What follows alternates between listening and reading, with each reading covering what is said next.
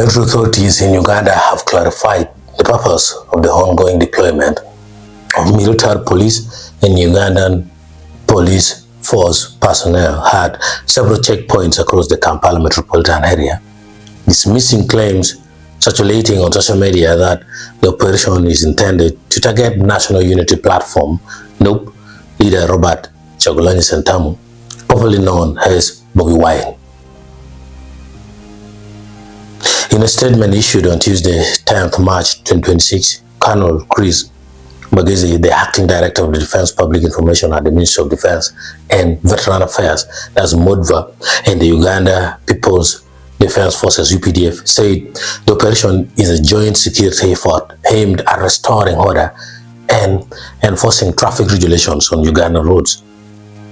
According to the statement, the UPDF military police brigade is working together with the Uganda police force to ensure that motorists comply fully with traffic laws and to address several emerging concerns related to road discipline in the capital and surrounding areas. The UPDF military police brigade, working with the Uganda police force, have embarked on an operation to restore sanity on Ugandan roads, ensure full compliance with the traffic regulations by all motorists, impound unregistered or numberless vehicles, and curb the illegal use of sirens, among other measures. Colonel Bagisu said the security operation officially began on Monday, 9th March 2026, and authorities say it will continue for as long as necessary to achieve its objectives. Bagisu emphasized that the checkpoints and need roadside inspections currently being conducted should not be interpreted as politically motivated. He specifically dismissed speculation suggesting that the security deployment was aimed at apprehending opposition leader Robert Chagulanyi.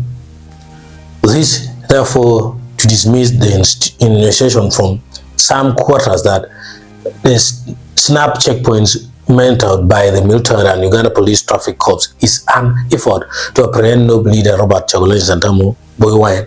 No one is looking for or interested in the noble leader, Bagisu stated. The clarification follows public debate and speculation on social media after motorists reported an increased presence of security personnel at strategic road points around Kampala. Some social media posts claim the roadblocks were politically motivated. Among those raising concerns was Bobi Wine himself, who earlier alleged that the government had mounted roadblocks across the city while searching for him. In a social media post, he suggested that the deployment was causing unnecessary inconvenience to citizens. However, the UPDF maintains that the enforcement operation is purely focused on road safety, discipline, and law enforcement. According to Bagisu, authorities are particularly targeting motorists who violate traffic laws, operate vehicles without registration or number plates, and misuse emergency sirens without authorization. Such practices, he said, have contributed to growing disorder on the roads. Security officials also noted that similar enforcement measures have been carried out in the past as part of broader effort to regulate traffic and reduce criminal activities that sometimes exploit road transport system. The Army spokesperson urged the public to cooperate with security officers conducting the checkpoints, emphasizing that the measures are intended to promote safety and order on Uganda's roads. Motorists, including motorcyclists, are urged to cooperate and comply with the military police and Uganda traffic police directives for the common good, Bagisu said. Authorities say the joint operation will remain in place until traffic discipline improves and identified violations are sufficiently addressed.